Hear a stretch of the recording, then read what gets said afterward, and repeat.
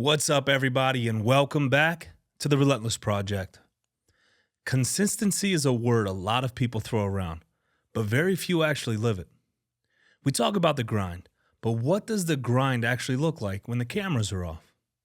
For my guest today, the grind looks like this: tearing off roofs in the blistering heat all day, and then going to the gym to tear off heads at night. Bryson Jones is only 21 years old, but he is already building a terrifying resume. He is currently an undefeated amateur fighter with 11 total fights across MMA, boxing, and kickboxing. He is ranked number 5 in the region for lightweights and number 17 in the Midwest. But here's the craziest part about Bryson. In 2025, he was stepping into the fire every 2 months like clockwork. Spring of 2025, mounted guillotine finish. 2 months later, ground and pound finish in 19 seconds. 2 months after that, a kickboxing KO. 2 months later, a triangle armbar. But wait, there's more. 2 months later, in November, a ref stoppage to win a belt. He is a roofer, a multidisciplined savage, and he refuses to take his foot off the gas. Bryson Jones, welcome to the Relentless Project. You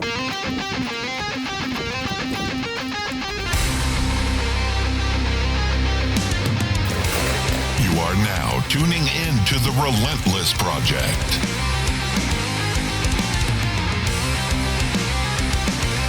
Real people, real stories, real life.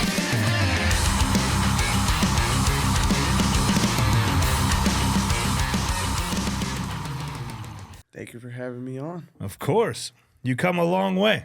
Yes, sir. I didn't even know, three hours? Yep, 3 hours. It was a nice long drive. Pretty long. Was it like at least one highway or a lot of back roads? One high. I jumped straight on the highway. Yeah, I go to New Jersey a lot, taking the turnpike, especially at 5 a.m. It's easy to just start drifting. Mm-hmm. Physically or mentally, cars start drifting, mine start drifting. But I appreciate you for driving so far to come on the podcast. What was, you reached out to me, which is, I'm humbled by, because I'm looking you up as I told. I'm like, damn, this dude's like pretty impressive at 21 years old. Stoppage after stoppage after stoppage. Like, you're not sticking to one discipline. You train Jiu Jitsu as well? I try to work in Jiu Jitsu. I'm not a big fan of Jiu Jitsu. I'm more so on the wrestling side. Jiu Jitsu's fun, though. No, that's fair. You wrestle then. Yes. I thought it was like, I don't do the grappling. I'm like, bro, how you? Oh, I love. How you grappling. Doing all this? Okay. Well, that's so grappling, MMA, boxing, kickboxing, like so much we can talk about. But before we get started, I want to give you. This is my challenge coin. You've earned that. Ooh. You've earned that. We ain't even started talking yet. Thank you. I haven't even given those out in a while. No, so it's pretty nice. If you're my past guest and I haven't given you one, oh yeah, I apologize. It's all right. It happens. But the homie drove 3 hours, and he's an impressive resume. So 21. You don't have a lot of background, I guess. You're still learning life. But yeah. Let's get to the like one thing I like to do is kind of let people know a little bit about you so they can understand who you are, why you are, and like why they should listen to you, right? Mm-hmm. Tell us a little bit about yourself. From Ohio, an Ohio boy. Well, I enjoy roofing. That's my main job, and I love training and fighting. Competing is, I try and do it very often, but I work at the town a lot, so I'm traveling wherever my boss sends me, and I try and go to different gyms, whatever city, whatever state I go to. I try and get into some different gyms, get some different looks from some other guys. The recent gym I recently started going to is Michigan Top Team.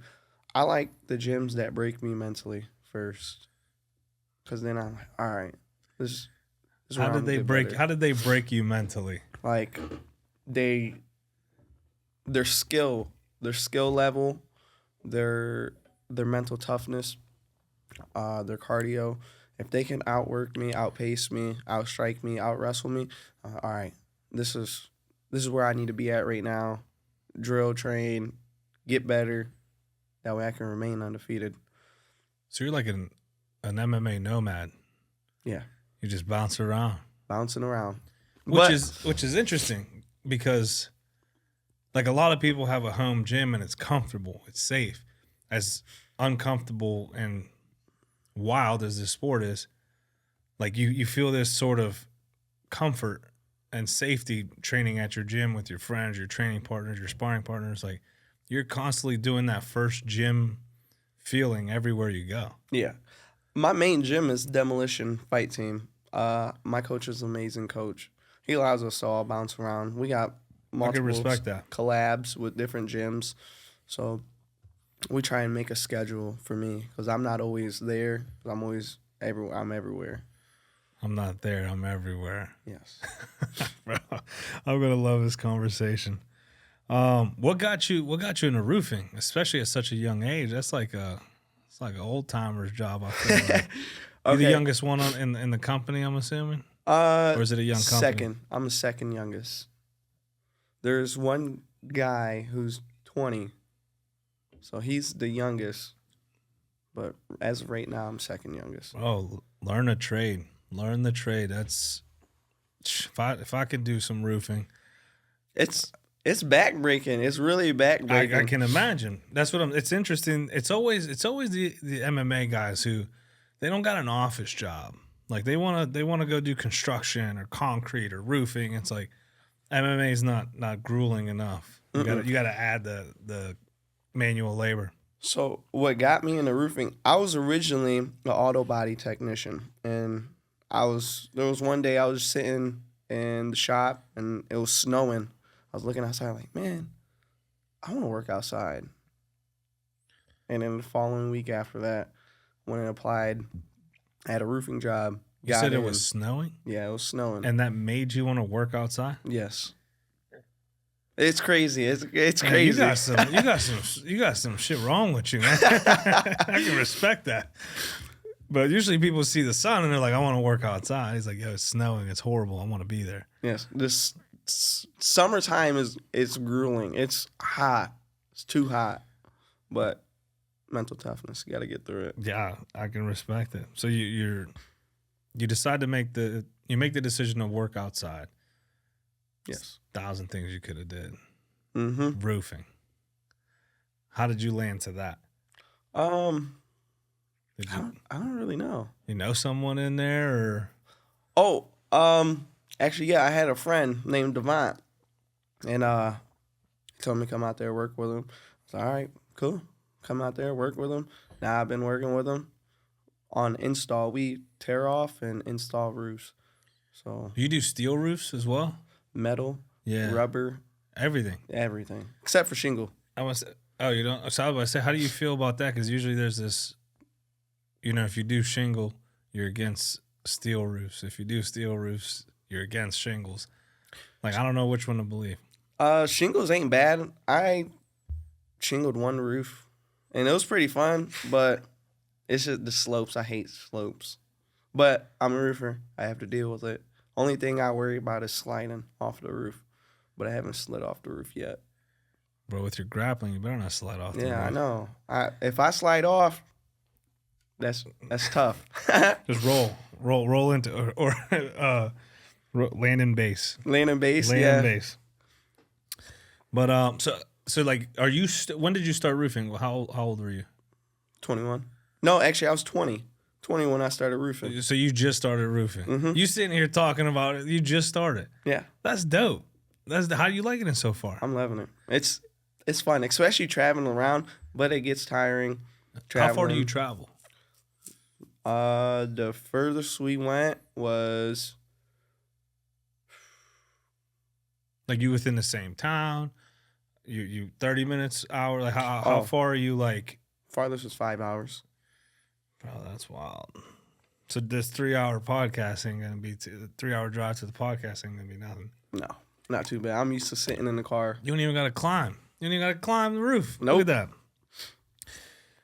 So what got you into MMA? Because obviously you were training before you started roofing. Mm-hmm. Right? You started at 17? Yes. What got me into MMA? All right, so I used to fight in the school bathroom a lot. I love fighting. I always was fighting in high school. Oh, I wasn't same way. focusing. And then one time I beat up this guy who used to bully me, and a guy slid up on my story and was like, "Hey, you should take it serious. You got a lot of potential." And I was like, "Nah, I'm just doing it for fun." And then a few weeks later, I was like, "You know what? I'm gonna take it serious." So you was just messing around. Yeah. Kids being kids in the bathroom. Then I remember I was fighting since I was really young, but we were slap boxing. Slap boxing used to be fun. Dude smacked the piss out of me. And I just like lost it. And like from there, I just like, anytime someone upset me, I was a hothead, man. Anytime someone upset me, it's like, we fighting. And then I get in the gym and I realized I didn't even know how to fight. Yeah. I didn't even know how to fight. I'm out here being a wild boy. I didn't even know how to fight. Go to the gym, get your ass kicked. Dude, I'm like, this is not what I thought it was going to be. Mm-mm. But no, it's good. So you start at 17, man. That's so young. Yes. That's awesome. But young. So you make the decision to, when you say take it serious, is it just go to a gym and start training and start learning? Or did you have ambitions on competing? I had ambitions on competing. The first gym I was at was Iron and Soul. It's a Jiu Jitsu MMA gym. But I was shitty at Jiu Jitsu. Very shitty. And before I was able to compete, I was supposed to place top 3 in a Naga tournament. Did not place at all. So I was bummed out. Didn't get to compete. And then I ended up going to my gym that I'm at now. And my coach, Gary, amazing guy, he had asked me if I wanted to do a smoker. And I jumped on a smoker a couple months after that. He's like, "Hey, why don't you fight?" You took your smoker in 19? No. 18? Dang, how old was I when I took my smoker? Yeah, it was 19 because I know, dude. I do my research, bro. I do my research. My 20th birthday, he gifted me with my very first MMA fight. So as soon as I turned 20, I freshly 20, I got to step in a cage, and I was pretty happy. I was just, you ever hear of 247, obviously? Yeah, I heard of 247. There's just a kid who was 18 who fought. Really? Yeah. I was like, dude, they're getting younger. Yes. That's dangerous. So, like, it's cool to see, like, more, like, people get into it at a younger age. Because the more you do this, man, like, your brain just starts, you start focusing, you start honing in, you build discipline. Like I said, man, at 21, I was doing some stuff that I shouldn't have been doing. And at 21, you're like taking the appropriate steps to like start building your future. Even if you don't do anything with MMA, like the discipline you're building with that is going to take you very far. So at 17, you start, and you said you wrestled. Did you wrestle like for school? Yeah, I wrestled my senior year. I always wish I was started earlier and took school actually more serious because I could have been pretty good. But I'm wrestling now. So you wrestled for a year? Yes. And still wrestling. We have, my gym, we host cage wrestling matches, and they're so fun. We grab college wrestlers from all over, bring them in, and we host competitions. So you wrestled for a year. You just decide to start fighting. Mm-hmm. You decide to do roofing. Bro, you're wild. Thank you. He's just like, yeah, no. He's like, is there something wrong with that? Usually, and I wish I started earlier too, man. The wrestling, the grappling, the jiu-jitsu. I started jiu-jitsu when I was like 28, 29. 28, 29 in jiu-jitsu? Bro, what were you trying to say? Nothing. Damn. He said, "Shit." I don't know how dude felt when Kevin Hart said, "Damn." Yeah, I started late. All right, but there's 50-year-olds doing it, so yes. I'm early. I remember when I used to go to Iron and Soul, there was this old man. He's like 80, in his 80s, just rolling around. He was pretty strong. Dude, they're so like even paced. Yes. Like they don't have a on off switch. It's just continuous. No, keep rolling. Just keep rolling, and like, but once they grab you for some reason, you're like, I don't want to break his arm, but I also can't get him off me. Yeah, be asking, are you okay? Are you okay? Yeah, I'm fine. I'm fine, dude. Keep going. Man, if I'm doing this at 80, So he gifted you your first MMA fight. What did that mean for you? It meant a lot. It meant I can start chasing a dream, living my dream, and make a career. That was your goal? Yeah. Why was that your goal? Make money. You can make money 1,000 different ways. I know, but I'm skilled at fighting. That's my strong suit. I will say you were given that intro, but based off the research I did, dude, it's finish after finish after. I was talking to this dude before, telling him the format. I was like, yeah, man, he fights every 2 months. He's like, I had a fight every 2 months. Dude, just stepping into the cage and in the ring, just like whatever, show up, punch in, punch out. Yeah. No pun intended. So you get your first fight. How did you prepare for that? What was going on mentally? Like, you want to make this a career. You want to get into this arena. Your coach says, hey, here you are. Now you got to prepare for it. Mm-hmm. So the way I ended up preparing for it, I trained hard for that one because I was nervous. I was like, man, as you should be. First fight, we're going to see how I do.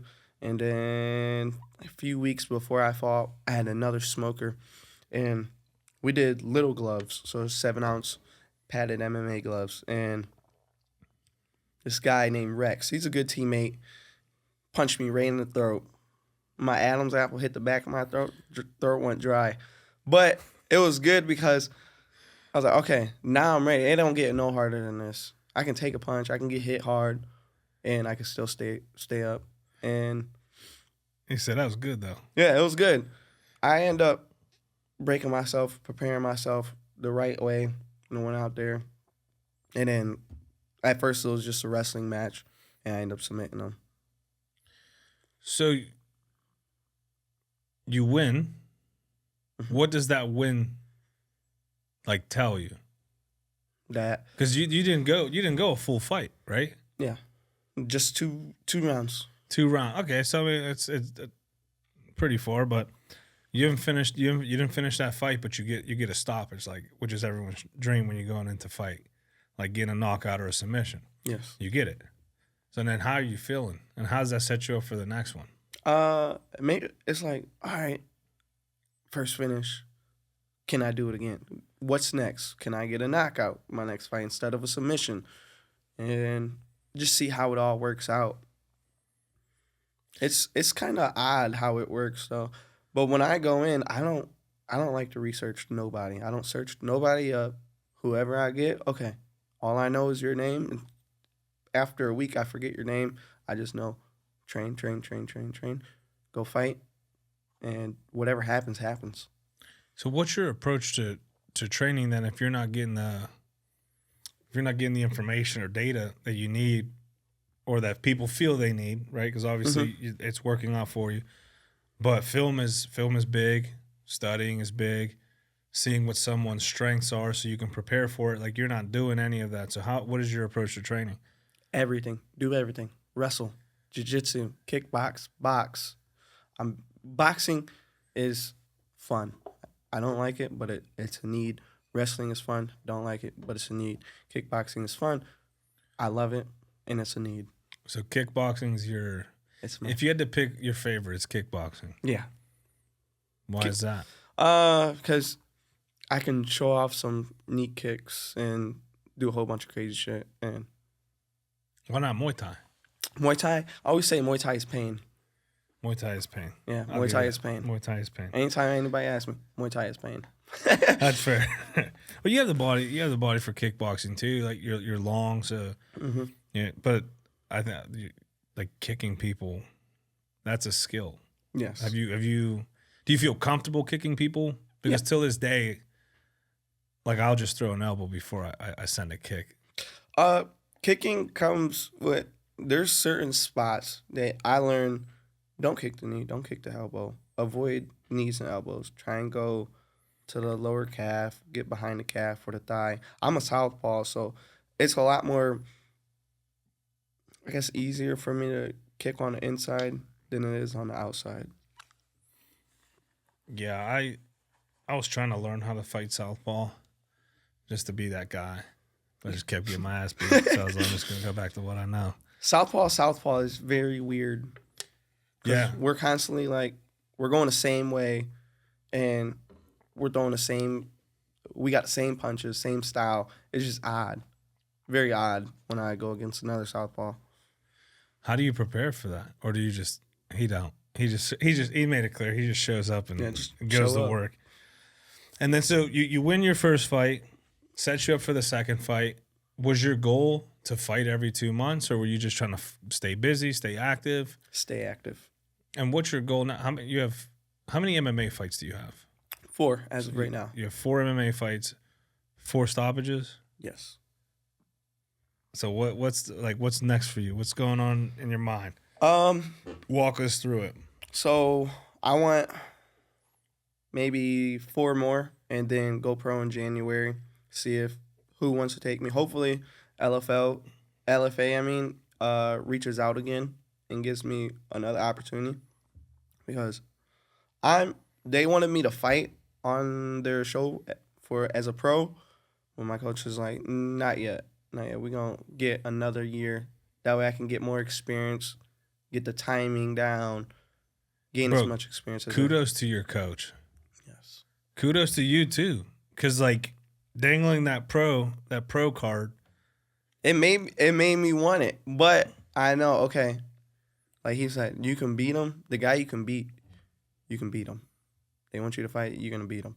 But I want you to take more time. Just another year, compete exactly how you did. Have another good year, and we're going pro. Bro, you're right now. You're in the fire. Yes. You're the steel in the fire. You're being forged. You're being struck. You're being forged. What the mistake I see a lot of amateurs do, especially young amateurs, is going pro too soon. Mm-hmm. It sounds great. It's cool. You're undefeated or you're winning. You got this streak going. You go pro, you win your pro debut. It's all great. However, what you're doing is you're robbing yourself of that process, right? Because not that the amateurs don't matter, but the amateurs is where you refine your camp, your diet, your team, like your coaches. Even though you have a great coach, like they're going to be bringing in people who help you, and that's where you're going to start learning, like, oh, I like these styles. I don't like these styles, or I need to avoid this during camp, or I need to, like, you start refining yourself. Think about 4 fights as an amateur. That's 4 camps. Mm-hmm. You haven't gone a full fight in MMA. You haven't even experienced a full MMA fight. Not yet. You know what I mean? So, like, kudos to your coaches and kudos to you listening to your coaches. Shout out Mike Wilkins. He has a podcast called Listen to Your Coaches with Will. But listening to your coaches is so important. So that's cool that you're doing that. And they say 4 more fights. You got one lined up? Yes. Can you talk about it? On the 18th. We're still trying. I think we're still trying to find me a guy. I was supposed to fight this kid, but I think his coach pulled him out. I'm not for sure what happened, but so it kind of restarted my whole process on camp. But I've been doing everything, so I was like, oh man, here we go. Now we're trying to find somebody else. But if we can't get nobody, then May 30th for sure against the wrestler, which is gonna be fun. The Wrestlers. Yes, the Wrestlers. The Wrestlers. Do you watch, or is it RAF? Yeah, it's pretty. How do you feel exciting. about that? It's a need. Like watching Armin do it, it's a need. It's a need. Wrestling, like people, the thing that people don't do, like amateurs or even pros, most pros, they don't compete in other sports. They just stick to strictly MMA. I don't know why. You should go and compete in other sports. Like my whole gym, we do everything because when we are preparing for everything, we know what can happen. You got to be able to experience wins and losses and handle them accordingly. Yeah, and getting into those different arenas refines that sword of yours. Like you do grappling, you do kickboxing, you do MMA. Like, are you looking at any other combat sports? Like, do you want to just keep adding notches to your belt? I'm not sure what. What other sports was I looking at? I looked at bare knuckle, but then I was like, I'm you gonna know tell you what? right now, don't do it. Bare knuckle is for the crazy motherfuckers who have nothing to lose. That's how I feel about it. You got nothing. You bare knuckle fighting, you have nothing to lose. Dude, bare knuckle fighting is, It's brutal. which is crazy, right? Because you grew up fighting. I grew up fighting. It's bare knuckle. Mm-hmm. But now you're getting into a ring with people who do nothing but this. And they're trying to take, like, it's not like boxing. In boxing, there's like nuance. In bare knuckle, I feel like everyone just comes out trying to take your head off. Mm-hmm. Swinging all wildly, and it's very untechnical. It's got its technique, but it's technical, but like I feel everyone comes out trying to rip heads off. Yeah. Dude, hands break, fingers break. I don't. There's so many injuries that happen because people are just out. Like, you know who Bronco Busick is? No. Oh, my heart. He's a stout guy. I forget, like, the MMA community here in Pittsburgh is, like, tight knit. Everyone knows everyone cross-trains, everyone, like, but I believe he's out of West Virginia. Don't hate me, Bronk. But he's a stout guy. He goes to stout, and he got into bare knuckle, and he fought. And the dude is, like, one of the nastiest dudes I know in the sense of, like, he's big, hits hard. His anaconda choke is crazy. But, like, the dude's one of the toughest motherfuckers I know. And he went into bare knuckle, and he knocked the dude down multiple times. He's getting him. His face is beat to shit, and he's fucking the other dude up. That's how crazy bare knuckle is. Yeah. Like, Take a lot of damage. you're doing all the work, but your face is still damaged too. Mm-hmm. I don't like that. This is my moneymaker. I got to be on camera. I can't be, you know what I mean? But that's why I stick to jiu-jitsu predominantly. So I'll say to bare knuckle, especially not right now. Like, it's just, there's a lot of injury. There's a lot of, what's the word I'm looking for? I've been up all night, folks, literally. I've been up since 7 a.m. yesterday. Bare knuckles for brawling too. Yeah, like if you brawl want a if you lot. want to go out and get after it and get a quick finish and hope to land, Mm-hmm. yeah, that's the way to do it. But like, you trying to do this long term, probably end your career with bare knuckle. Get 1 or 2 in, Maybe, and then call it. and then One call or two, it. Yeah, call it. Call All it. right, got the experience. Like Dustin Peg. Dustin Peg just won the belt from, I forget the other dude's name, but the other dude's phenomenal, fast, quick, hits hard. Dude, Dustin Peg's face was destroyed. The one thing I sparred with a guy who does bare knuckle. The one thing I can say they do is they have a strong head, strong chin. You can hit them with whatever you have. Dude, their skulls are thicker. Yeah. Empty your tank out, and they're still marching forward, putting their hands down. Bro, come on. They block with their face. Yeah, come on, bro. Just Yeah, nah. I don't think. No, I'll tell you right now, I'll never do that. I don't care how much. Well, you pay me enough, I'll do it. Like, that's the only one I'm doing. So it better be enough to retire me, because like I'm retired after that. So, any other combat sports you're looking at? I'm trying to think of Sambo. what they're Sambo. Yeah. Get some throws in there. Mm-hmm. Or like, I wish I knew how to ice skate better, which I can probably work on it. I can work on Hold it. on.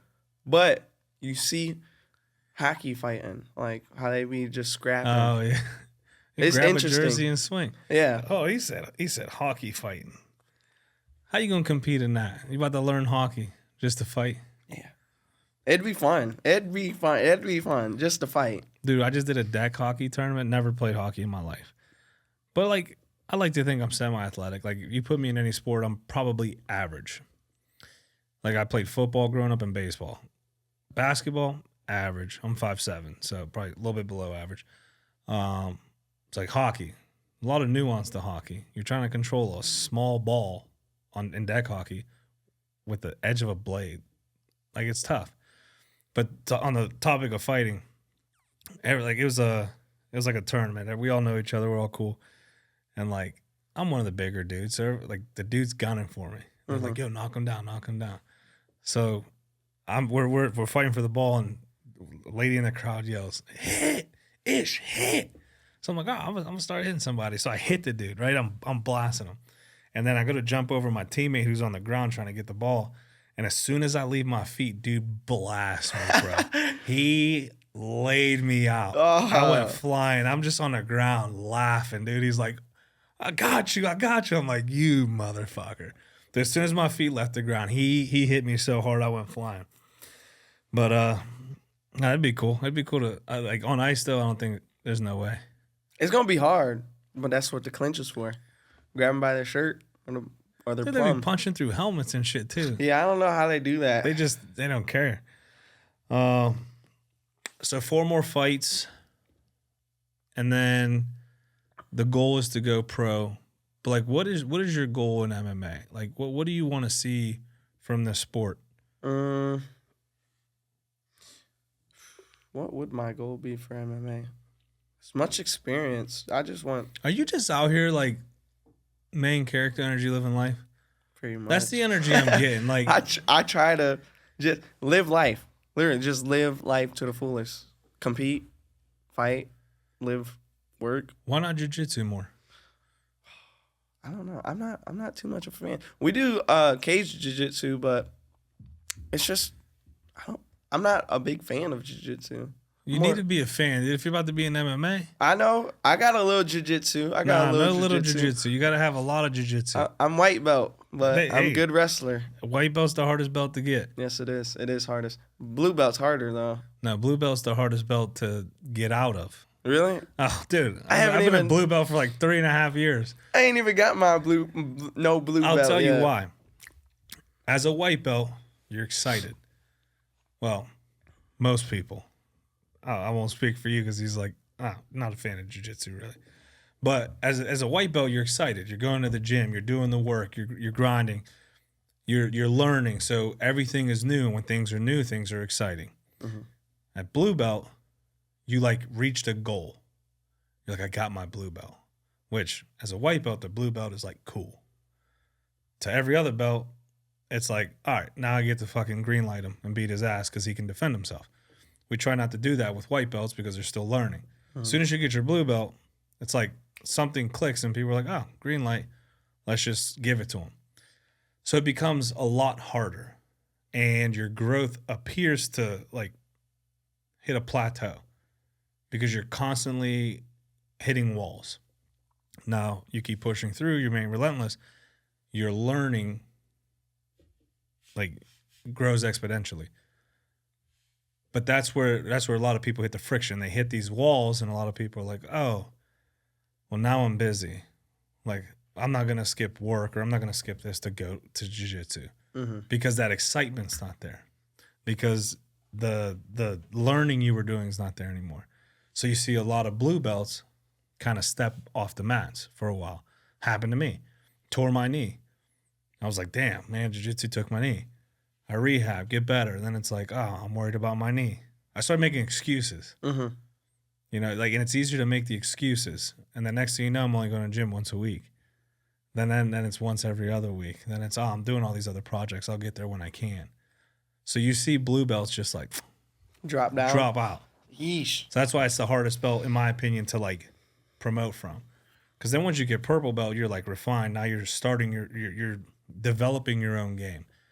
Like, what works best for you? You're taking things and then you're applying them in your way. So it's fun again. And at brown belt, you're close to your black belt. So it's like extra motivating. It's like blue belt, you're kind of in like no man's land. Mm-hmm. You're like, man, I got it. Then it's not what I thought it was going to be. I'm just getting my ass beat. Well, let me go to work. Or instead of jiu-jitsu, I'm going to go to the gym. I'm going to lift more. And then you just never show up again for the most part. So we drill jiu-jitsu drills like we're partnered up with Black Market Jiu-Jitsu out of I forgot the town, but it's Black Market Jiu-Jitsu. We go over some submissions. I'm a quick learner, so I grasp onto it. I would say wrestling is more of my strong suit than jiu-jitsu because Jiu-jitsu, it has its pros and cons. To me, it's not as entertaining as wrestling is. I get bored quick in jiu-jitsu. I got a big jiu-jitsu base. Really? They're listening. They're listening. I'm sorry. Hey, look, all you jiu-jitsu guys, I'm sorry. Look, it's no offense, okay? Jiu-jitsu to me is just it's not entertaining. Cuz we're scrambling, looking for a submission, but I guess wrestling is more exciting to me because yeah, we're scrambling, but we're pinning. We're going to get a pin. We're going to get a fast finish. Whoever, you're wrestling out. Did you just watch the championships? On what, RAF? Dude, no, the college. Do you watch that? Dude, look up this kid Jax. I believe he's a senior in high school, true freshman. So he's wrestling in college. Mm-hmm. And dude just won. Like the kid's insane. The kid's insane. But like wrestling's pace is definitely like, especially those kids going after those guys, they're constantly going. Now you see the people stalling and all that, but in wrestling you get stalling points. Mm-hmm. We don't really see that in jiu-jitsu. I think that's why jiu-jitsu takes a lot of heat, because you can be more safe and you can be like, especially if you, and this is going to get me canceled, but like pulling guard.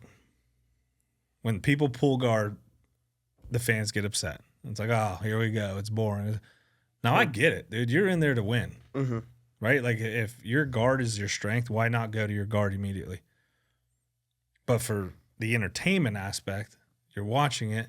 That's why people hate grappling in UFC. When people just grapple, like Marab and the wrestling, you're like, oh, he's so boring. He's phenomenal in grappling. Yeah, it's fun. It is fun watching. I love the grappling. So watching Marab is great for me. I also like the striking. But like if the majority of people who watch MMA want to see the knockouts, mm-hmm. the slams. So I can see where jiu-jitsu kind of takes the heat, and some people don't do it justice because they just go in there to win. They don't want to be flashy. They don't want to be entertaining. Why should they? They're competing. This is their life. They're getting paid.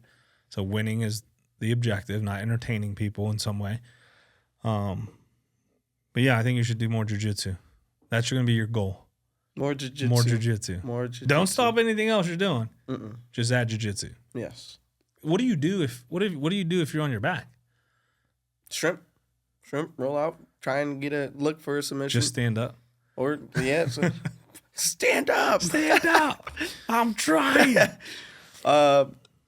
Sometimes if I'm on my back, I'll look for sweeps. I don't too often pull guard, just for the reason of someone cups your head, they can rain down punches. Yeah, only time I really get mounted is when I'm grappling.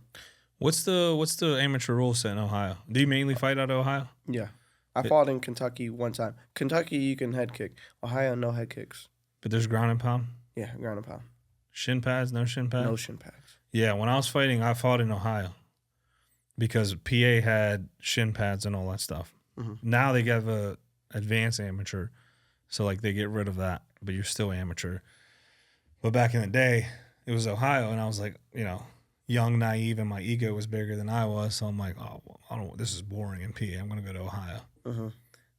Skipped a lot of steps. And we have a lot of wrestlers. Like we're known for our wrestling.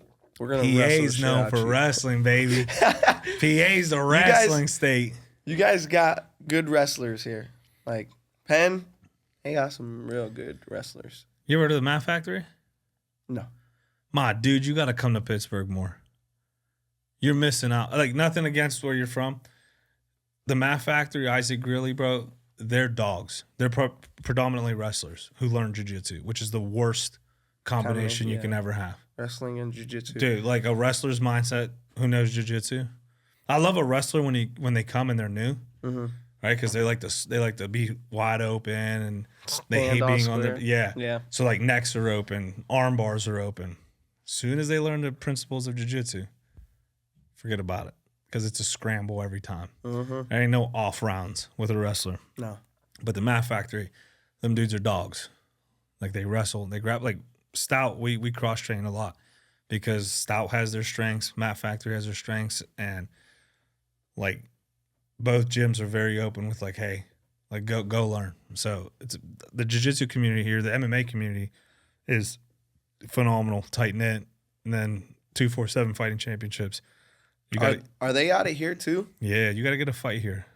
247? I didn't know they were out of here. I see some like clips on Instagram of them, but Hunter, I never really.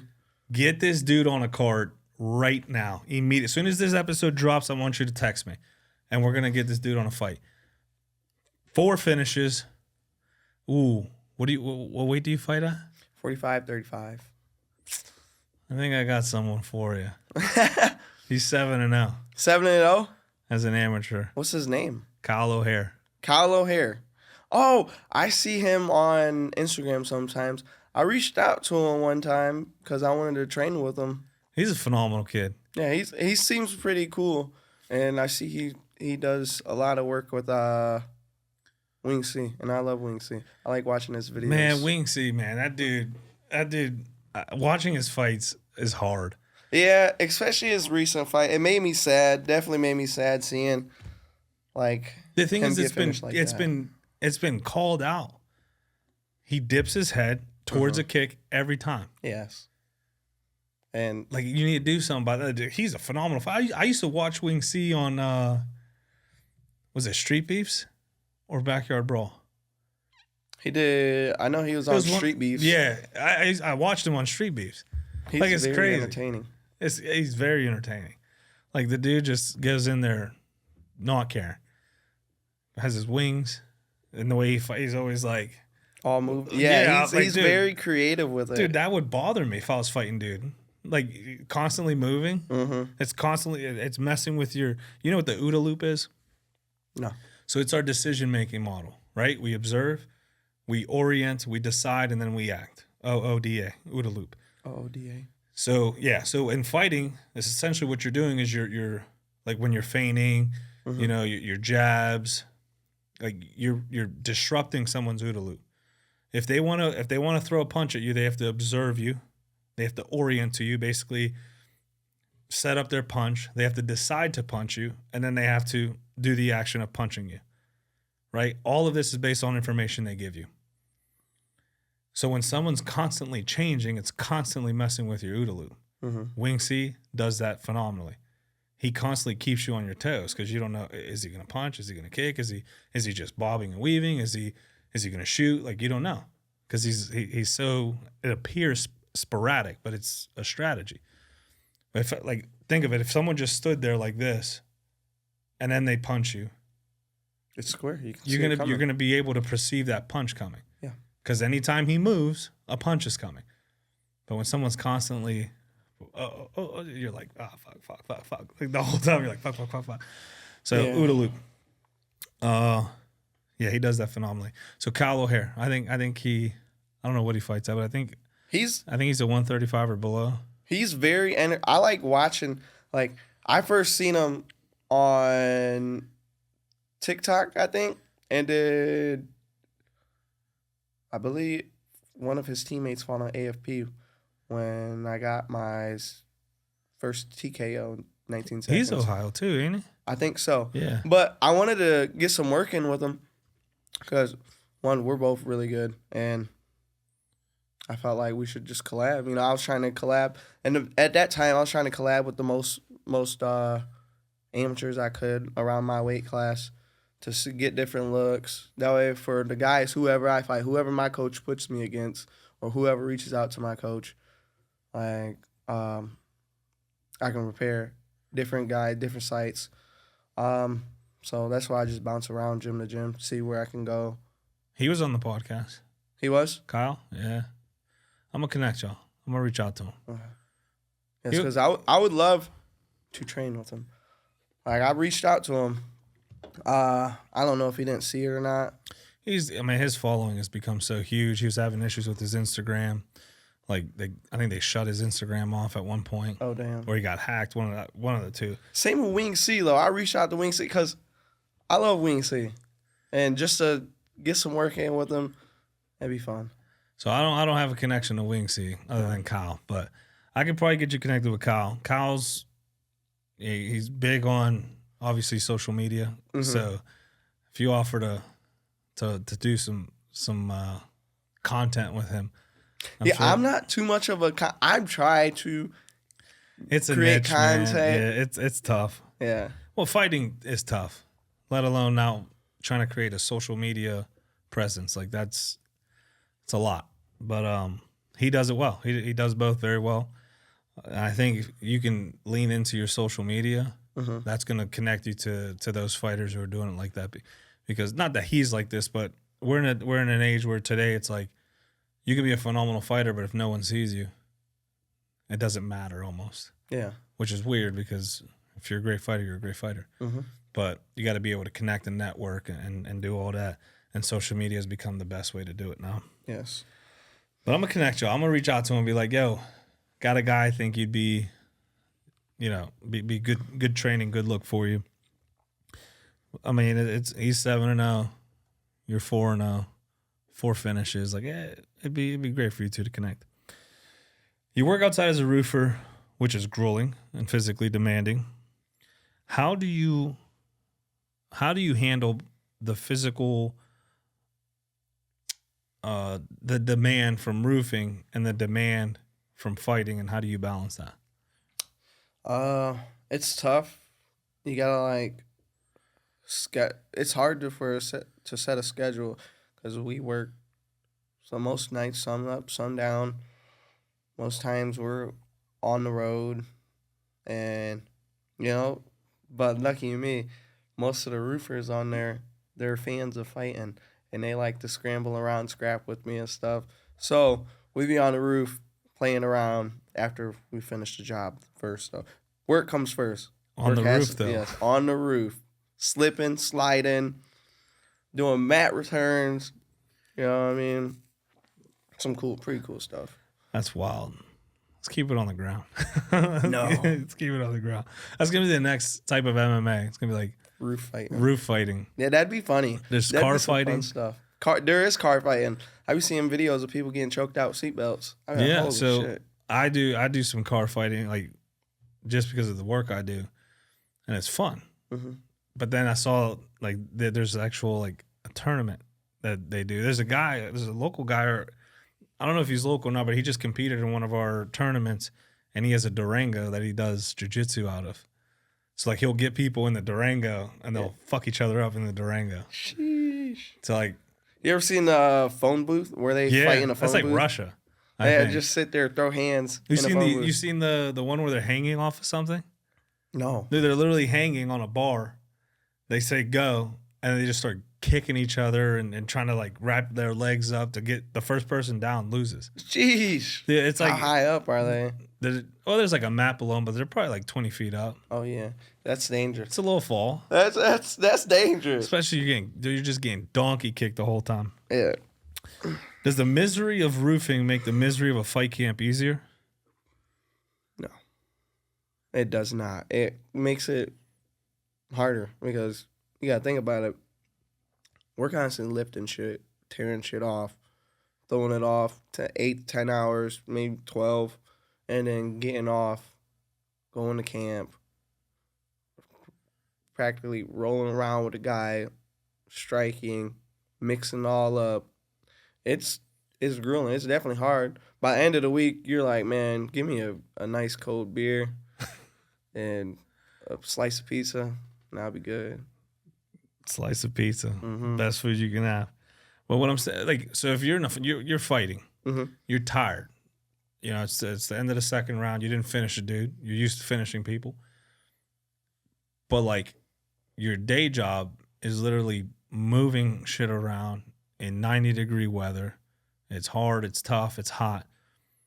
When you're in the cage, and you're experiencing that hard, right? Like some dude's on top of you, you're getting punched, or like you're winded. Does the discipline of roofing translate to the cage. Oh, yeah.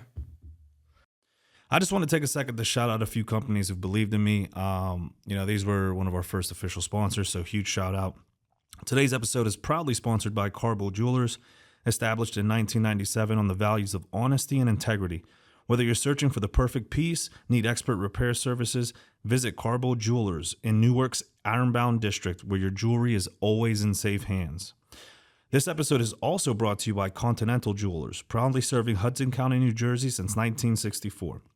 Whether you're seeking a timeless piece or need expert repairs, they've got you covered. Visit Continental Jewelers, your trusted source for all things jewelry. You can find them on Instagram at Carbo Jewelers or online at carbojewelers.com. Lastly, big shout out to Carbo Trading. Besides coins, precious metals, and jewelry, if it could be traded and collected, he's probably got it. They can be found on Instagram at carbo.trading. You can find all of our sponsors out online on our sponsor page at therelentlessproject.com. It definitely would. And obviously traveling. You travel for work. Fighting requires you to travel. There's a lot of moving around. How do you manage like your diet, especially during camp? I don't. My dude. I eat whatever. No, I'm just kidding. Are you though? I don't even know, dude. Like this is the first. No. This is the first time when I don't even know what to say. No, okay, so He's like, yeah, roofing 1 year. sometimes like during camp, I could eat PB&J sandwich, call it a day, or I go to the gas station, get some gas station food, eat that. Gas station chicken Gas Bro, station chicken, yeah. hot dog, burger, especially from Sheets. during camp. During camp, Sheets is where to go. Milkshake, because I don't got to cut anything. Most of my fights are at 45. Sometimes I'll drop down to 35. But lucky me, I walk around 45. So I eat whatever. And then before I fight, here's a crazy thing. All my teammates always tell me I'm crazy for this.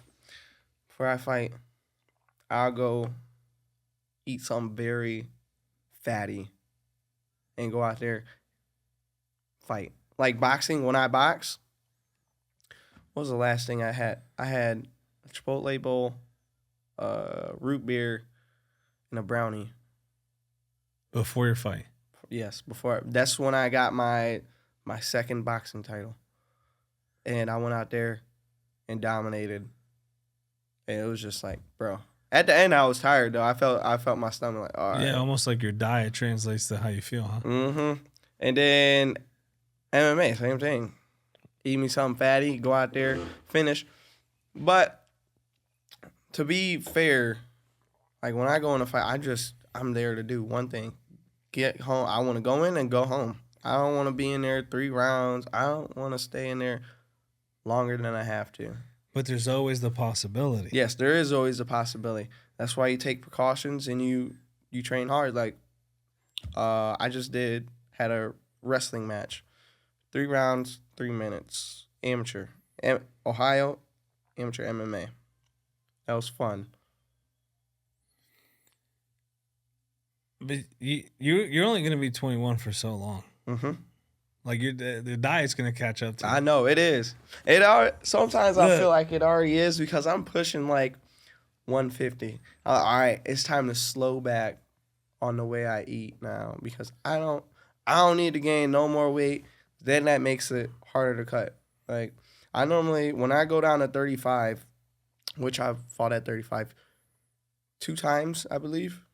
My next one is going to be 45. I have 2 of them, 45. And then we're probably going to get some boxing, kickboxing in. And then by the time that happens, January is going to be here. And pro, here we go. I always cut a day before, which I learned to not do that anymore because when I got my title in Kentucky, I cut a day before Epsom salt bath. 3 bags of Epsom salt, hot water, green rubbing alcohol. Misery. Sat in there for an hour. Yeah, I lost 10 pounds, but I was dehydrated. I went in, didn't drink nothing, didn't eat, weighed in. It was at B-Dubs, too. Weighed in at B-Dubs in Kentucky. all I can do is smell the food, watch everybody drink their nice little Pepsi or Coca-Cola. I'm like, man, let me hurry up and weigh in. And weighed in, smashed. Got back up, like, I back 40, and then I went and fought. Your coaches have to be very stressed. Probably. He probably do be stressed. Yeah, he's going to be listening to this. Bryson, what are you doing? Why? He always tells me, you need to watch everything you eat. Watch what you do. And hydrate. Yeah, hydrate. Always hydrate, especially summertime on the roof. You need a gallon ain't enough on the roof. You need 2 gallons. You're going to sweat a gallon off climbing the ladder to get to the roof. Mm-hmm. By the time you hit 2 p.m., your gallon is gone. You need another gallon. And then there's guys that be falling out. Like, just you gotta hydrate. This is the time to refine your process. Yes. You have hopefully 4 more fights to get your weight cuts dialed in, because you're gonna have to cut weight at some point. Yes. But I believe once I go pro, I'm gonna just be fighting at 35. But you're not always gonna weigh 135. No. So this is the time to figure that out. Mm-hmm. Start hydrating. Don't fucking eat Chipotle before your fight. There's a lot of seed oils in there, man. I know. I love me some Chipotle. Don't get me wrong. I love me some Sheetz tacos. But sometimes you gotta test your gut. No, not during the fight camp. You test it after, dude. Like, my fear would be like having a shit mid-fight. No, you know, like, if you're main event, then don't fucking eat. Or if you're gonna eat something light, like yogurt or something. Like, whenever I'm main event, I'll try and do a yogurt with some oats, berries, and drizzle some honey over it, because it's like, all right, I need something that's gonna fill me up, but I don't want to have to shit. That's what I'm saying. Yeah, you're not doing yourself a favor. No, with the Chipotles really and Sheetz. That runs right through you. But it does taste good. At the time, I'd be like, man, whatever I crave, really, or whatever's at the stands. But all right, bro, eat. Like, even on the roof, I'm always eating. I always have snacks on me. My foreman calls me fat ass. Yeah, why you always snacking on something? Every time I see the dramatic pause, he calls me fat ass. Because I'm always snacking. But that's how it's weird. Food is my source of energy. Like, if I don't eat, it's everybody's source of energy, my boy. I know. If I don't eat, I don't perform well. That's how I feel. Oh, I don't know what to do with you. What made you decide to start competing in boxing rather than just learning boxing, training in boxing? Like, you step into that arena as well. So, cutting weight. Cutting weight was I was cutting my first boxing fight. It was a day prior to my fight on AFP. I was like 5 over, and I was in a sauna suit. I was just training, and my coach was like, hey, one of the guys just pulled out. Can you jump on? It's like 150, I think it was 155. I was like, was it an exhibition or? No, real boxing fight. I was like 143. I was like, God damn, let's do it. Fuck it, let's do it. I need shorts. I need to borrow one of my teammates' shorts and his boxing shoes. And I took my dad's white beater. And it was an hour. I took it on an hour notice.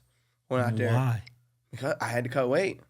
I had to. I was like, all right, either I fucking sit here and I grind myself to death, or I jump in the ring, box, lose a couple pounds, and then come back early morning, keep cutting. I went out there, box, won, kept cutting after that, and then went and knocked my guy out. So I want to make sure I'm getting this right. You took a boxing fight on an hour's notice to prepare you for your MMA fight. Yes. There's so many lessons in that. Yeah. I always, like, I always try to, before I even think about fighting in MMA, because MMA is main. That's my main. All these other sports, these are side quests. So like I'll go kickbox. I'll go wrestle. Like all I've been doing for this camp, wrestling. Working on strictly wrestling. I just go with the flow, really. So I feel like on the 18th, all I'm gonna end up doing is probably be nut sniffing, you know? Why'd you look me in the eyes when That's what people he call looked it. me dead in the eyes and said about to be nut sniffing? That's what people hate it though. People hate wrestling. I'm a fan of like wrestling and MMA. But if you're gonna wrestle, make it interesting. Make it look good. Stand up, let your hands fly. Force them to shoot on you. And once they do, you can sprawl, lock in, whatever, clench, uppercuts, knees. But don't sit there and wrestle all 3 rounds. Like for this camp, I boxed, had a boxing match. Wrestling, had 2 wrestling matches. So you're not just training, you're competing Yeah. in these other arenas to prepare you for your main thing, which is MMA. Mm-hmm. And then I had a cage Jiu Jitsu match. And now I'm like, all right, I'm ready to go. Smoker, had a gauntlet. Here we are. So time, now it's time to roll. It's time to get my roll on. What do you have to say? I don't know if you've gotten this yet, but you're young. Mm-hmm. You're doing this very young, and you're doing it very well. Are you receiving any skepticism? Sometimes I do. Sometimes people, like, you shouldn't do that. It's not good for your body, or like, it's stupid. It's a stupid career. It's a stupid choice. You could go do anything else. And I just like, thank God you're not me. And thank God I'm not you. Because if you were me, you'd be doing the wrong thing. But I let them talk. I don't say much. Yeah, I mean, at the end of the day, you're the one stepping into these arenas. Yeah. And I mean, you're doing well for yourself, obviously. So if it ain't broke, don't fix it. Mm-mm.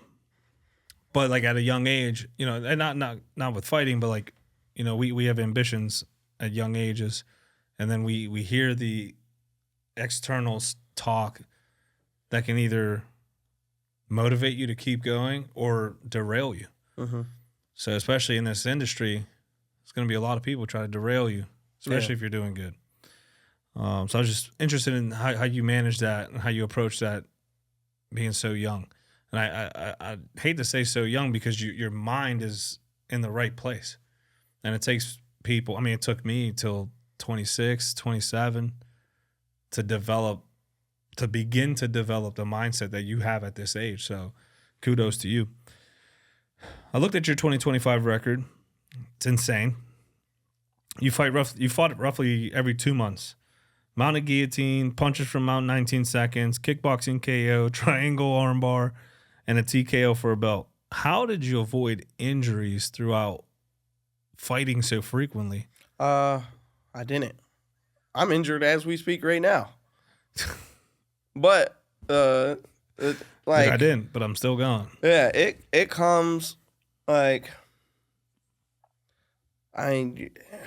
injuries, they're insane. Like when I just recently boxed and I had to tape what was injured. I'm not gonna say what because my opponent could be watching, you know what I mean? And he could be waiting for me on the 18th to come out and kick me where it hurts. I respect it. But I have to tape, like I had to tape it up. And I was supposed to kickbox as well, but I re-injured what was injured. So my coach was like, no. And you Fuck listened. no. Yes. Look at that. Because I was like, He's a changed man. throw me on. Just throw me on. I don't care. Throw me on. But I end up, one of my teammates, guys, pulled out at the fight. He said, I don't want to fight anymore. I don't want to fight. left, and my coach asked him, "Hey, is there anybody you know that would be down to throw down with you?" And he ended up calling me. He was like, "Hey, come in. This ain't going on record. This ain't a fight. This is just an expedition. Just jump on. Can you do it?" So yeah, why not? I don't care. I mean, went there, taped up my injury, boom, kickbox, then re-rolled it after. But I was fine. I'm fine now. I'm sure. Cause my team. We got a chiropractor. He ended up popping it back in place. So right now we're So you're brand new then, right? Yeah, I'm brand new for now. It hurts when it's cold though. It's been cold. Yesterday it was cold, and it was pain all day at work. I think I can figure out what's hurt. Yes. You don't leave things to the judges. You're finishing guys in the first or second round. Is that by design, or is that just your natural aggression? I don't know. I really don't know. I don't know. What's your goal when you're going into a fight? Are you looking to survive, or are you looking to Kill. hunt it? Okay, that's what I was going. Kill. So it's always the nicest guys who are the most savage inside a cage. Like Bronco, nicest dude you'll ever meet. Not a dude I'd want to be locked in a cage with. Like, that's a lot of the MMA community. Yes. We are very kind. I mean, because we know, like, we've been through the fire. We've been through the woods, and we faced some pretty tough people. And it humbled us. Like, the work that it takes to even step in a cage, it's humbling. Like, just knowing, like, damn, I suck at this, I suck at that, I suck at this, I suck at that. I need to work this, and this. And then you do it, go out, win or lose. Then it's like, all right, restart. Clock restarts.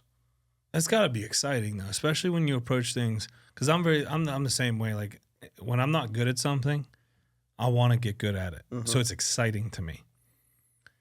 And you're in so many arenas that it's hard to be the best in everything. So you always have something to accomplish. Like, does that help keep your brain sharp? Mm-hmm. Being in boxing and wrestling, Jiu Jitsu, all these different disciplines, you have to sharpen your sword in every single one of them. Like, is that exciting for you, or is that draining to you? It's exciting. I love competing in all of them, because I always look at it like this.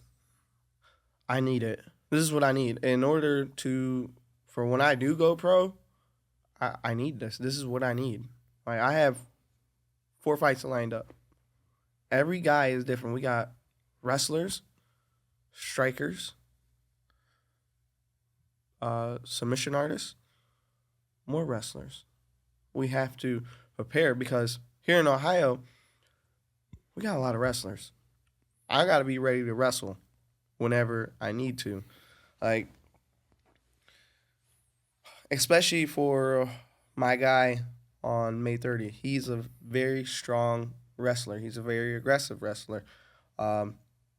His hands are pretty sweet too, but he's a dominant wrestler. He dominates. When he wrestles you, he dominates you. He wants to grind you. He wants to break you. And me, I'm preparing. The way I've been preparing is I like to break myself. I need to break. If I'm not breaking mentally, I'm not training right. I'm not doing something right. I'm doing something wrong if I'm not being broken. It's a good way to approach it. I wouldn't say it's smart, but it's a good way, right? Because if you're always in this hard, uncomfortable spot, it becomes familiar and comfortable to you. Yeah. Especially when it matters most. You're in your early 20s. Most 20-year-olds are partying or figure out what they want to do. You're fighting in cages and working a trade. Do you feel older than your age, or do you feel like a 21-year-old? I feel like a 21-year-old. I can do everything. Yeah, I can do even more than what most people my age does. And I always try to get people to do more. Let's do more. Let's work a little bit more harder. Yeah, I would say, like, How, like your friend group? What are they? Are they fighters? Are they? I don't really hang around anybody besides teammates. Whenever we all link up or go train, I don't, or coworkers. I don't really have friends outside of them areas. Just because, like, the friends who I used to have around, I had to find new friends because they were always going to jail, and I end up I know that just feeling. now I'm just solo dolo. Sometimes it's best. Yeah. Sometimes it's best, right? Like they say you're the people you surround yourself with, Yes. right? If you're around 5 alcoholics or 5 gamblers, you're bound to be the 6th. Mm-hmm. If you're around 5 millionaires, you're bound to be the 6th. So it's very important who you decide to invest your time into, Yes. and network with. That's why I like to reach out to different fighters, especially around my weight class, because the bigger guy and the ones who don't have ego. I like the guys who don't have ego, who are like, when we train. We're not there to kick each other's ass. We're there to work on shit, technique, wrestling, jiu-jitsu, MMA, well-round. Like, that's why I reach out to everybody. Hey, let's train. What city you live in? Like, I want to get to know you more. I want to be able to train with you. Like, yeah, we may be in the same weight class, but the odds of us going against each other, it's very slim. Especially if you're way out there and I'm way over here. And we're cool. If we're cool, I won't fight my teammates. I will not fight someone who I'm friends with. I don't even want to fight someone out of the same town as me. That's a good way. That's a good way to approach it. It keeps the relationships intact. Yes. Well, especially MMA is growing, man. MMA is growing, so there's going to be plenty of people to exchange fists with. Yes. That being said, you liking to cross train and travel, and dude, if you got a weekend, I'd say Come up here. come up here, man. Come up here, plug you in a Stout, plug you in a Math Factory. We have the Academy. We have a bunch of awesome gyms that love to bring people in and work with them. It'll just cost you a little mental break, which you're used to. Yes. And that's where it's at. That is what I love. Like, damn, man. Like, I remember when I went up to Michigan Top Team, their coach, Darren Cruikshank, he is a retired UFC fighter. I didn't even know who he was until I went up there one day. And we had little gloves on. And we ended up sparring. He tossed me up in the air, caught me, attempted a flying arm, but the flying arm that Demetrius Johnson hit. I was like, what the fuck just happened? Like, I'm over here trying to touch him up. He's bop, bop, bop, take down. I'm like, all right. You're like, no offense, Darren, you're an old guy. What's old to you? Like 40s. Damn. And you moving like you're 20. You're moving like you're in your 20s. 40's the new 30, my guy. No. Yeah. No. But no, and then all his guys were good guys. And I ended up growing a friendship with all of them. And that's where I got my injury. Up training with them, wrestling with them. And this guy named Owen went for a takedown on me.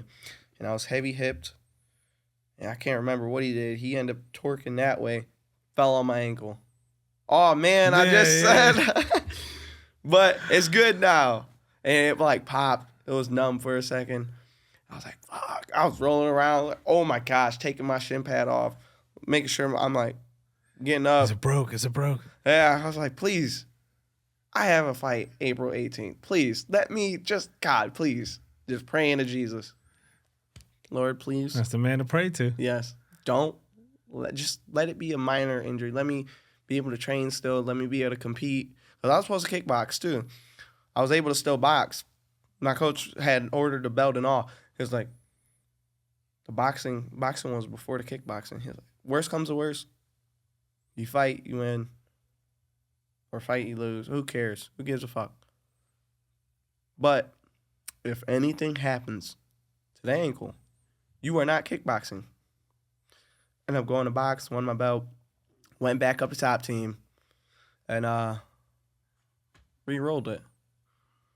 And Now it's good. yeah. And I was Now like, it's all good. Coach, I fucked up. You stressing everybody out. Yeah. You stressing me out. I'm sorry. You stressing Jesus out. He's like, dude, how many chances do I got to give you? I know, like, bro, I just I healed you. repaired you, and you want to go back out and do the same thing. That's a metaphor for life, though, Yes. right? Like, how many times are we on path and we're like, nah, I want to go this way. Yeah. Go on path. Stay on path. Stay on the path. Stay on the path. Yeah, I think you would like training here. You know, get yourself a different look. You know, we have a lot of phenomenal fighters out of our gym. Kyle comes here, trains when he's fighting for 247. He'll come to Stout to get. So 247 is here, like it's located here. So it's right outside of Pittsburgh, in North for Sales. They have an arena that they have, and then they do all their fights out of there. They do cage grappling out of there. Oh, that's pretty cool. Yeah, they do a lot of stuff. I'm surprised you haven't heard. They're a phenomenal MMA organization, and they take care of their fighters. They for being a local regional MMA promotion, they do it right. In their production, I'm a big production guy, right? Like obviously podcasts, I like the behind the scenes stuff. Their production is pretty dope too. Like they have all the lights, the music, the atmosphere. Like it gets live. It gets live. Look up their last fights with Britt. Britt's out of our gym. Britt Bighart. Shout out Britt. She just had a phenomenal win via armbar, and dude, the fucking place, the roof almost blew off. Jeez. Like it was exciting. I do the post fight interviews too, so if you win, you get to talk to me after. Ooh. Yeah, it's a little incentive.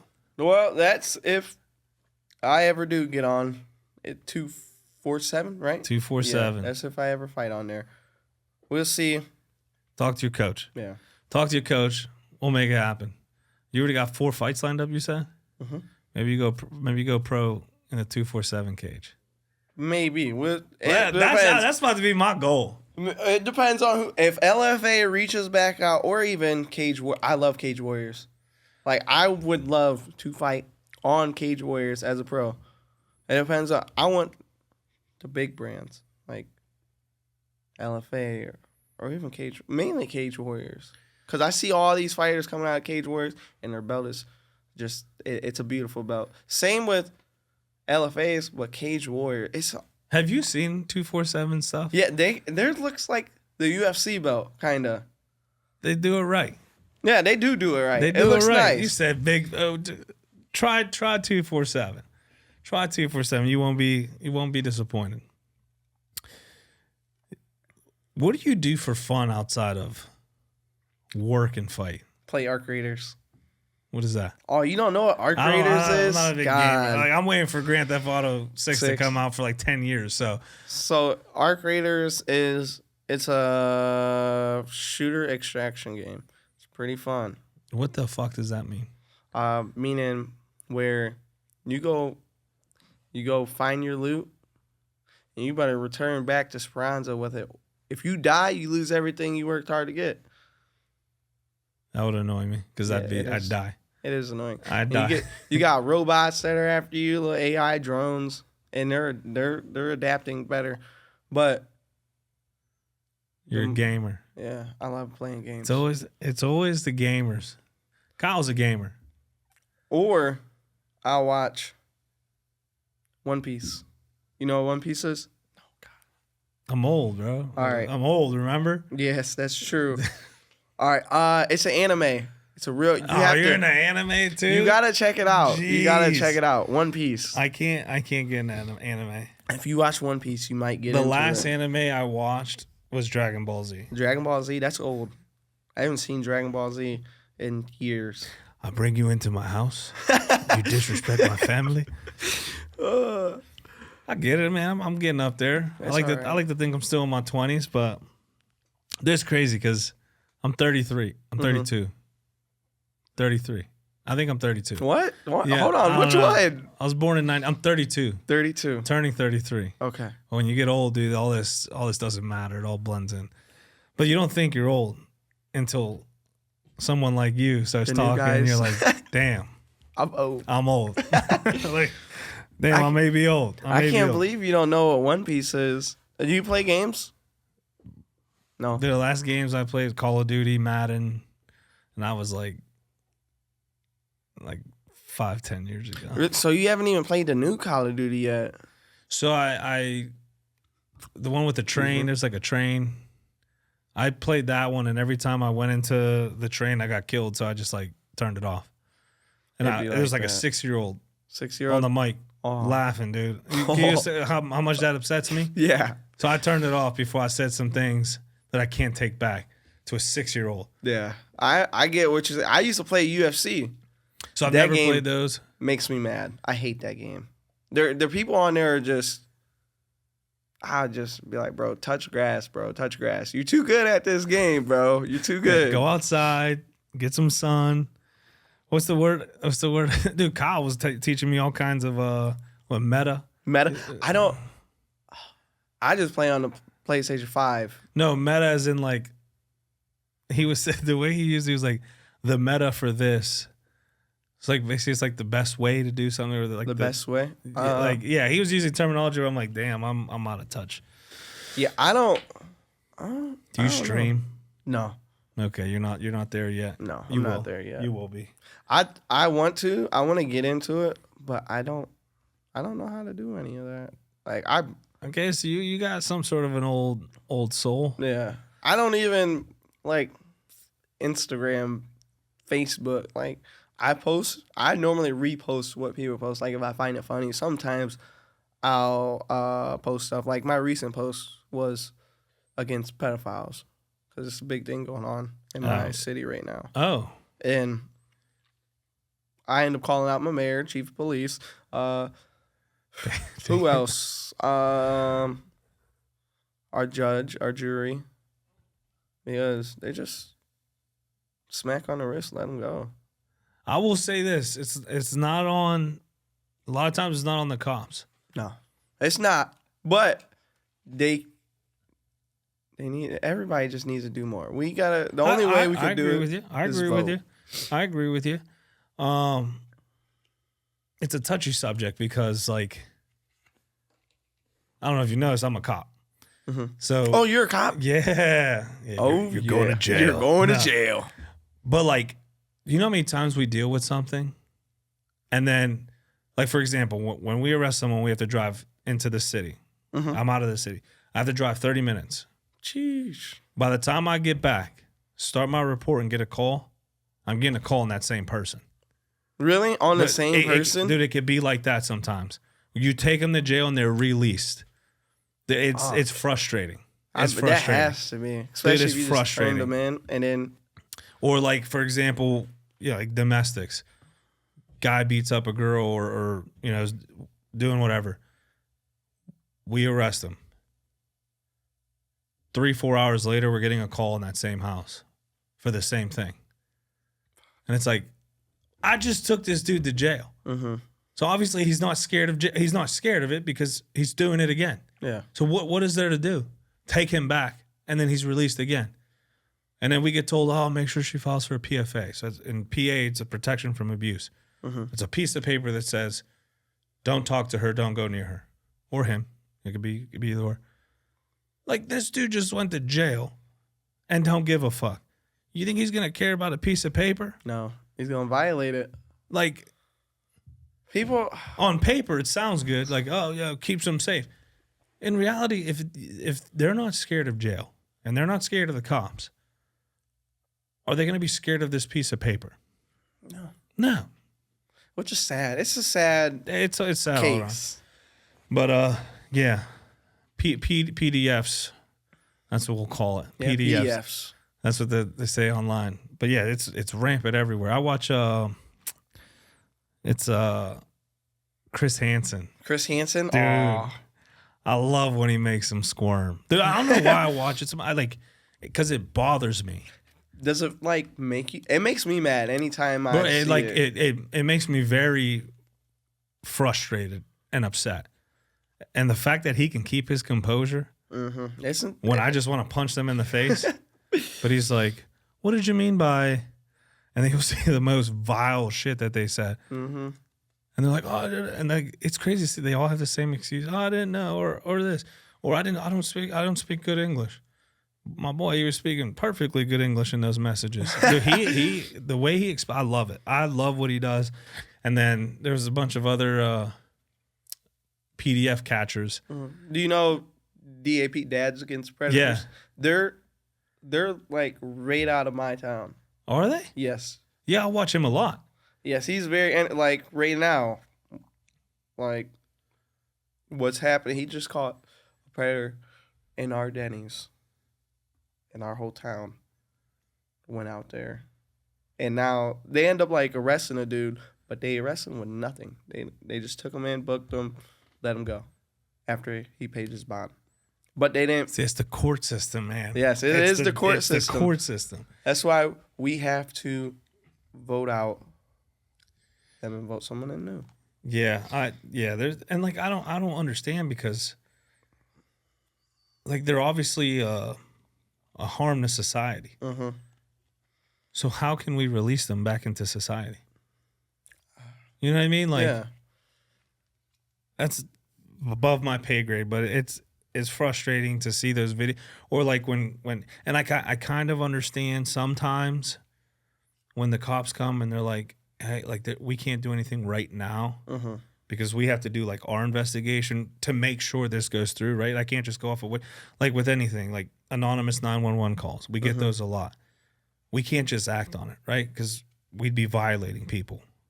So we have to do our due diligence. We have to do our investigation in hopes it lines up with what you're telling me and what you give me, right? Like if you say, hey, there's a PDF in this hotel room, I can't just go in there, kick the door down and take them, right? Because if it was a scorned girlfriend, or if it was you playing a prank on your boy or something, now we're violating this person's rights. Yeah. Now, if it's legit, we want to make sure we do everything correctly so that they can't go to court and be like, oh, they didn't have a warrant to come in the hotel room. They didn't do an investigation. So like we have to ensure everything's done properly and confirm what you got independently in hopes we come to the same thing so that the process is done correctly so they don't get released. But like the cops who show up and they're like, nah, we're not doing anything. Goodbye. I'm like, bro, like, try.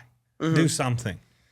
So like it's frustrating. It's just as frustrating, if not more, for us, like for the people who actually give a damn about their job, when you see cops who are just lazy or disrespectful or can't fight, can't grapple.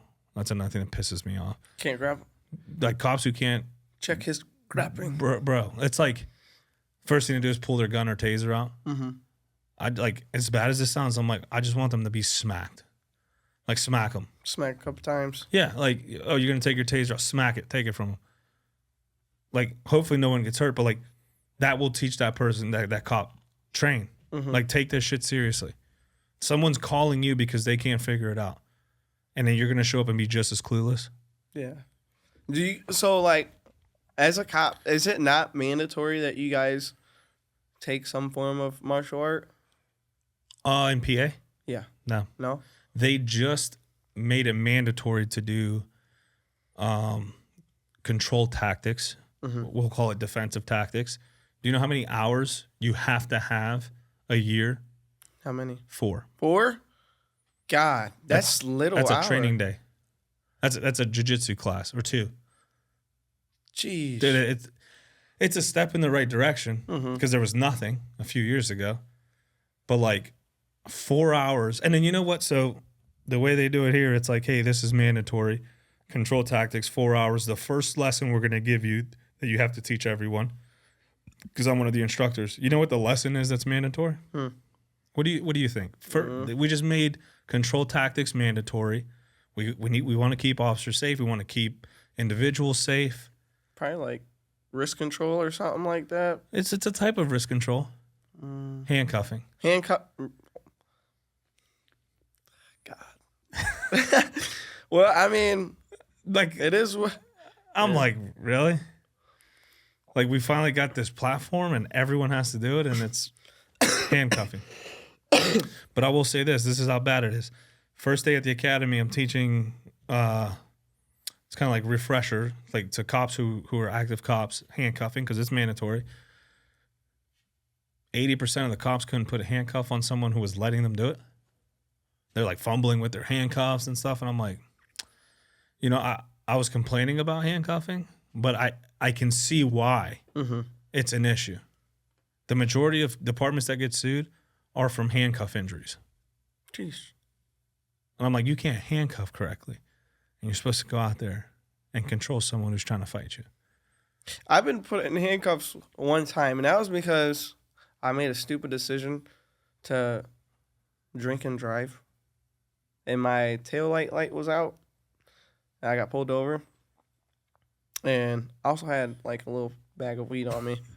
So it keeps on going up. Medicinal. Medicinal, yes. And then the state trooper is like, "You been drinking and smoking?" Yes, I was. I'm coming from a friend's house, and he ended up the cuffs do hurt. It's very uncomfortable. They're not meant to be comfortable, but you have to make sure you're not being egregious with the handcuffing. Like, yeah. And luckily, he did Jiu Jitsu, so we're the whole ride to the station. We were just talking about combat sports. And then I'm about to say, you don't even do jiu-jitsu, bro. No. I'm going to call him right now. He don't even do jiu-jitsu. And then he ended up just letting me go. I was like, well, because the very next day I had a smoker. I said, well, you got a smoker tomorrow. So, and you seem like a respectful kid, pretty kind kid.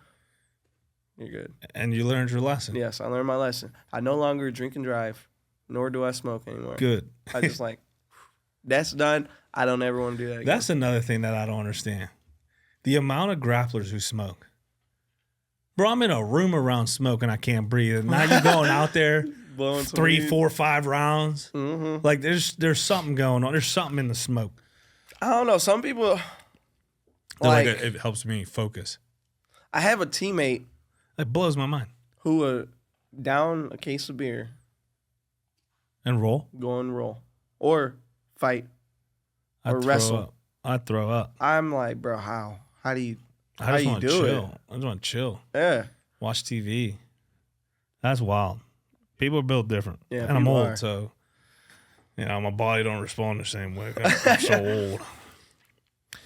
You mentioned you love cooking, gaming, your dog, spending time with your girl. How important is it to have that quiet, normal life waiting for you at home to balance out the violence of what you do in the cage? Like going home to that, it's very peaceful. I like it. Like I like when it's quiet at home, cause it's like, all right, I'm off the roof, I'm out the gym now, so now I can relax, spend quality time with the fam, and play a game, or drink a beer or something, watch movies, eat popcorn. Do regular people stuff. Yeah, do some normal people stuff. And it's very important that you have that quality time, because I feel like if you don't have that quality time, you're constantly just, all right, man, what's next? What do I got to do now? Yeah, it took me a lot of years to learn that. You're ahead of the game, bro. You're ahead of the game. Thank you. Keep it up. So as we wind down, I like to do what I call the Relentless Rapid Round.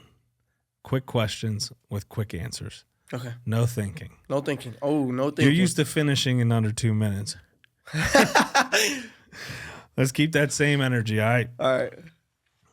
No thinking. All right. What feels better, knocking a guy out or feeling him tap to a choke? Knocking him out. What makes you more sore the next day? Rounds of war in the cage or a 10-hour shift tearing off a roof? Rounds of the rounds in a cage. Yeah. Rounds and robin. What is your go-to video game right now to decompress after training? Arc Raiders. Yeah, you said that. I don't even know what that is, but I'm going to have to look that up. How do you feel about the Grand Theft Auto delay? I'm angry about it. They've been delaying it for so long. I feel like 5 years. Yeah, Since you were in diapers, bro. Release the game. Look, why? Do you know why the delay is? I always get a different answer. They say it's like supposed to be a big game, but as long as we've been waiting, the game better be phenomenal. Bro, you better be able to go from the East Coast to the West Coast. Yeah. With superb graphics the entire time. Because that's wild. You love to cook. What is the ultimate Bryson Jones post-fight cheat meal that you make yourself? Shoot. Steak, asparagus wrapped in bacon, and rice. Oh. Yes. What kind of rice? White rice. Yes, Jasmine. Jasmine. She's a nice lady. Out of all the disciplines you compete in, you already answered this. Which one is your favorite? Kickboxing. You're an undefeated 21-year-old. What does the word relentless mean to you? Relentless. You never give up. You keep moving. Even when you're tired or you're hurt, you just go. Bro, that came Yes. just like that. And now I like we talked a lot about what you do, why you do it, got to learn a lot about you. So in closing, I like to kind of tie everything together into the theme of the podcast, which is relentless. You work manual labor on a roof all day, you still find the energy to train, and you stay undefeated in multiple sports. To the listener making excuses about being too tired after their job to hit the gym, what do you say to them? If you want a good, no, not even if you want a good record. If you really want it, you'll go out there and get it. Like, I have 11 fights, and I go in to work, and I get off, and I'm tired as freak. I don't want to go to practice, but I still go to practice. I still get that work in. One, because it's necessary. Two, if you want to be something in life, you have to do what you want to do. Like this quote from, I forgot his name, but he says, a dream with no goals is just a dream. No action. Yes. Yeah, it's very interesting to me when people say they want to do something or they say they have a goal, but they let everything else get in the way of that. Yeah. Right? Like, I want to, like, my favorite is this kid at the gym. He's like, oh, man, I was benching, not the flex, but 435. 435. Sheesh. Yeah, that was a couple years ago. But he's like, I want to bench like that. Like, what should I do? And I'm like, oh, dude, it's like took me years, like adding 10 pounds at a time, 2 5s, the little plates everyone tries to avoid. I'm like, it's adding those over time, and just, you know, I train chest twice a week, like heavy. That's why he's so big. Yeah, well, it is my thing. Like, I'm not the best grappler, I'm not the best fighter, but I'll fuck it up in the gym. So I'm telling him this, and he's like, "Oh, I don't have time to do that." I'm like, "Okay, well, how much time do you have?" Yeah. Like, "Oh, well, I want to be able to come like 3 times a week." I'm like, "Okay, you're not really gonna build much 3 times a week." I was like, "Okay, well, you got to come in for a longer day then." Well, I don't got time to come in for a longer day. I'm like, I got to a point where I'm like, "Do you? Then you don't want this." Yeah. Like you're just making excuses instead of finding a solution, right? Like if I'm asking you a question like, hey, dude, this is my goal. What should I do? And you tell me you have to do X, Y, and Z. My first thing is going to be, all right, how can I make X, Y, and Z work? Like I'm looking for solutions. When the first thing that comes out of your mouth is, oh, I can't do that. Do you really want it? No, if you say I can't do it, you don't want it. Yeah, like it just blows my mind when people are like, I want to do this, but I just don't have this or don't have. Okay, we'll figure it out, right? Like, you don't want to wake up for work every day, but you do. Why? Because you have to pay the bills. Yep. You don't have to pay the bills. You've made it a priority. Like, treat everything else like that. Like, you have to do it. There's no out. No. Whether it's the gym, whether it's working towards a promotion, whatever. Like, treat it as like, oh, I have to do this. I have to figure it out. And you will. But if you treat it as like you can push it to the side, you will. You have 11 fights. You're undefeated, and you have the belt. What is the plan for the rest of 2026? For sure, knock these 4 MMA fights out, and I'll probably end up, more than likely, I am going to do more side quests, like, because we got some more cage wrestling, cage jiu-jitsu, and some more boxing and kickboxing matches coming up, so before I even get back in the cage after April 18th, before May 30th, I have to get in some more side quests. And I want to jump on more podcasts because I seen your podcast on Instagram. I was like, okay. I was just looking up different podcasts. I was like, I want to do a podcast. One morning, so I want to get on. Like, what? How do I even go about this? I've been on one, but that was like on the phone. It really wasn't a big brand. I was like, all right, looking up podcasts. And I seen yours. I was like, all right, let's jump on. Message them. Thank God you messaged me back because now I'm here. No, of course, bro. I'll talk to anybody. I'm not too big for anybody. I truly love talking to people and learning about people. And when you reached out, first thing I did before I even replied, I'm like, let me see what this kid's about. Because I get reached out to a lot and people just want to like plug in their business or whatever, which is fine, right? Like through our conversation, you're going to plug yourself. Like that's what the goal is to give you a platform. However, that's not the goal. That's not the only goal of this. So like I'll look people up and see what they're about, and I'm looking you up. I'm like, damn, like this, like at 21 years old, this dude's fucking getting after it. Yes. Why? I want to find out. Yes. I want to find out. Hence the conversation, right? Like if you're, and you can tell a lot about what people post, or even the way you were communicating. Like you were serious. You were like, you give a damn about what you do and your approach to it, and it shows in your record, right? Like record doesn't mean everything, but you've built a discipline for yourself. So I was like, man, I gotta learn more about this kid. So that's why you're here. Keep doing what you're doing. Thank you. You think I'm a big brand? Look at that. I appreciate it. I'm humbled. Honestly, I am. And the easiest question I've asked you the entire podcast. Where can people watch your fights or follow your journey online? You can watch the fights on YouTube. I don't too much post my fights on Instagram. I try not to, just because people can go to my page and look at it. But you could definitely get to me on Instagram at, I gotta remember my Instagram name. Bryson Jones _MMA, I think. I'll tag it. Yeah. I'll tag it. I can't remember. I'll tag it in the beginning. If you need to know, go back to the beginning. It'll be under his face right here. It'll be on there. Oh yeah, and shout out Crucified Lifestyles, Christian brand. Good partnership. Use code Jones if you want it. I'm gonna have to get me some merch. Crucified Lifestyle. Yes, sir. I can get behind that. And if you want to get on more podcasts, dude, just literally reach out. Okay. Reach out, dude. Reach out to people. Reach out. You know, I can plug you into a couple of the people I know. Bro, it's all to just do exactly what you did. Hey, this is who I am. This is what I do. I'd love to jump on your podcast because, boom. More than likely, they're going to respond.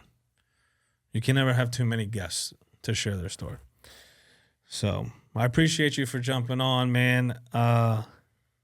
Kind of feel bad for the drive you have to go back. No, it's fine. He's like, it's fine. I'm about to be airing the pod. Listen to Kyle's episode on your way back. That's Okay. your homework. All right. Listen to Kyle's episode.